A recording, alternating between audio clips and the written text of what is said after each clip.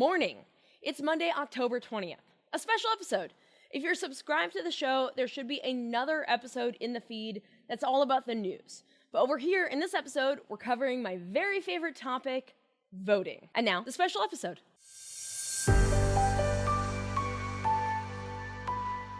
Struggle is a never-ending process.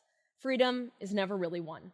You earn it and win it in every generation. That is a quote from Coretta King, the widow of Martin Luther King Jr., yes, but also a leader in the civil rights movement herself. History moves in cycles. We see the need for change, and we fight for it. We take 3 steps forward, and we get shoved 4 steps back, but we organize, and we figure out how to take 5 steps before they even know we've taken 1. Progress, then backlash, then resistance. We learn, we get better, we get faster. We understand more each time we're forced to do it because we are always forced to do it. This moment we are in right now, as awful as it is not new. The tactics are new, the names are new, the games are not. When we think about voting rights, we think about poll taxes and literacy tests, Susan B. Anthony and Katie Stanton, John Lewis finally crossing that Edmund Pettus Bridge, Martin Luther King Jr.'s letters from that Birmingham jail. But the fight takes place every day in ways that sometimes make the news, and sometimes, like a snake you don't see until it bites, it lies in wait. There are 4 ways you can gerrymander in a state. The main 2 are cracking and packing. Packing refers to concentrating voters in one voting district, therefore reducing the party's congressional representation. Cracking, on the other hand, dilutes a voter's power by spreading small amounts of opposition voters across multiple districts and therefore lowering the chance of a district win by the opposition. There's also hijacking and kidnapping, which just based on the name alone is not great.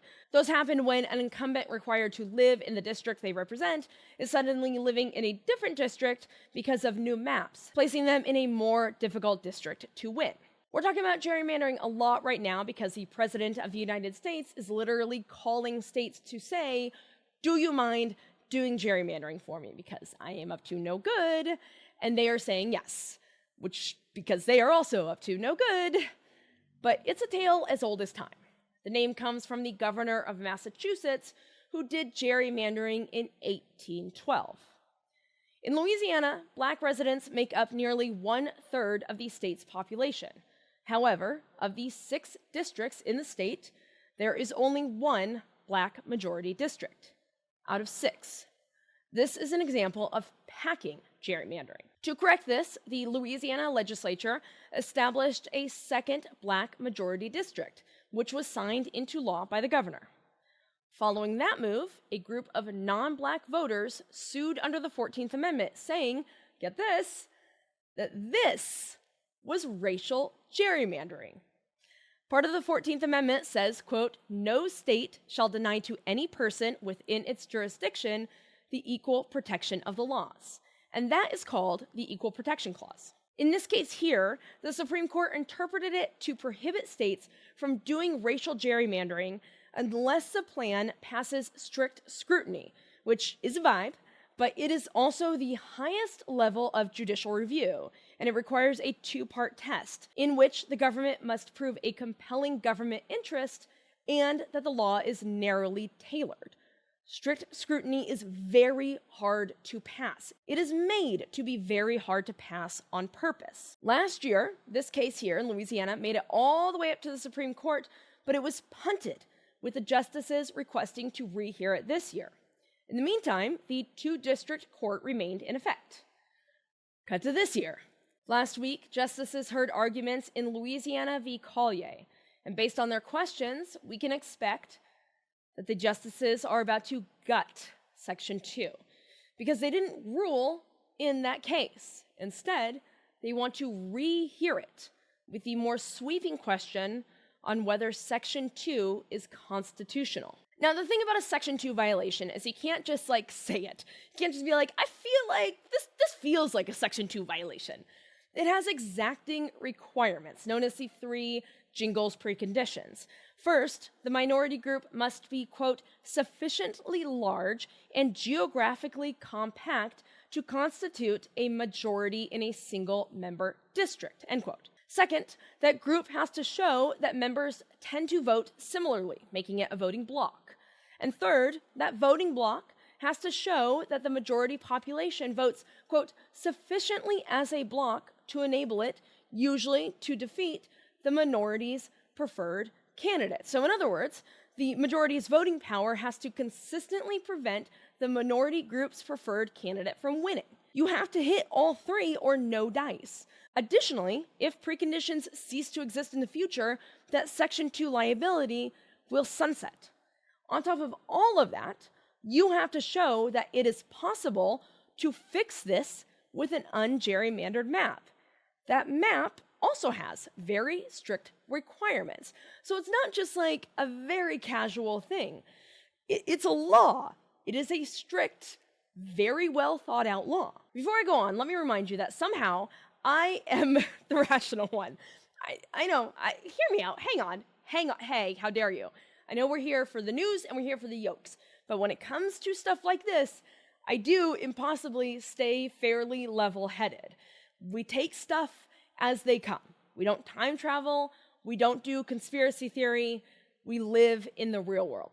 So when I say what I'm about to say, understand that that's what I'm doing here. This case here, the ramifications of it, are the most serious threat to our voting rights since Shelby v. Holder in 2013. This is the most important case that we need to be paying attention to out of the Supreme Court, because without voting rights, we don't have anything else. But the thing about a snake lying in wait is that while it does, it misses us. It misses that we were also waiting for it. It misses that we were getting ready for it. Because this is a fight as old as time. We know that voting rights are not something that we can ever take for granted. We can't pretend that reality isn't reality, not if we're gonna fight back. And when it comes to voting rights, we are always going to fight back. Because without voting rights, we don't have anything. The right to vote didn't just magically happen. Jimmy Lee Jackson, Viola Liuzzo, James Chaney, Andrew Goodman, Michael Schwerner, Medgar Evers, Herbert Lee, Reverend George Lee, Lamar Smith, Inez Milholland, these people were murdered fighting for the right to vote. Hundreds of people were arrested, thousands were beaten within an inch of their life. Black women joined white women in the fight for voting rights in the early 1900s, only to immediately be cast aside the instant white women thought their fate might be tied, and therefore slowed down by black women also getting the right to vote.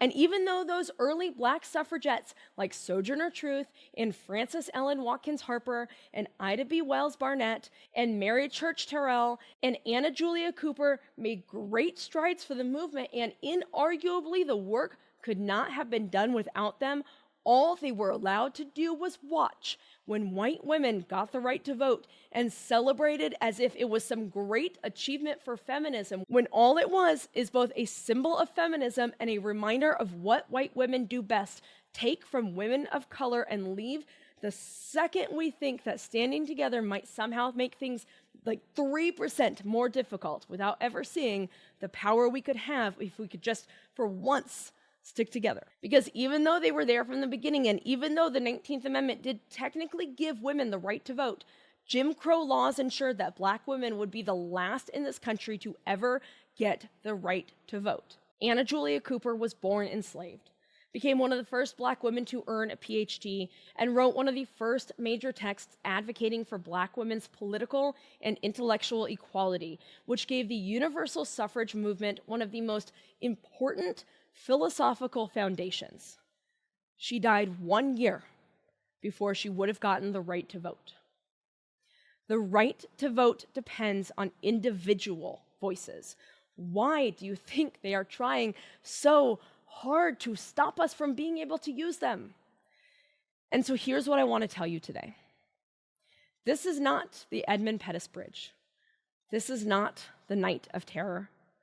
But this is a serious time for voting rights. And yes, we have to take back the House and Senate because it is imperative that we start getting better judges in office. And yes, we obviously have to win in 2028. Yes, obviously we have to win in California. Prop 50 has to pass next month. But there is something else too. Not everybody can do everything, but everybody needs to do something.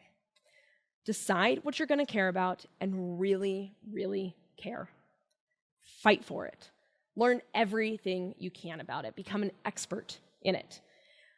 I used to be a normal human being who could carry on normal conversations. And yes, granted, they were all about Kelly Clarkson's 2012 bangs and Mandy Moore's entire body of work and why she can definitely EGOT in the next 10 years and how I believe she can get there. But still, then I watched a woman from Texas stand for 13 hours, and suddenly I really cared about a gubernatorial race in Texas. And I lived there for a month doing a documentary about Wendy Davis. And one day I watched President Obama give a speech about voting rights. And even though in that moment I didn't totally understand why he was giving that speech, I heard him say this, quote, "The stark, simple truth is this. The right to vote is threatened today in a way that it has not been since the Voting Rights Act became law nearly 5 decades ago," end quote. Become an expert in something so that you can understand it well enough to teach others. Love something so fiercely that you are willing to fight for it at every single turn. Because this administration is working very hard to take those things away from us. And the only way that it can happen is if we let them. They are afraid of us. They are afraid of our power. They are a group of small, feckless people led by a small, feckless man who loves nothing. Of course he's afraid of us. We're going to win. All we have to do is stay in it. And that's it. That's the special episode. I'm proud of every single person who is fighting for the right to vote, who refuses to back down from the fascism and to this feckless regime. And because you're here, and so that obviously includes you, I'm proud of you.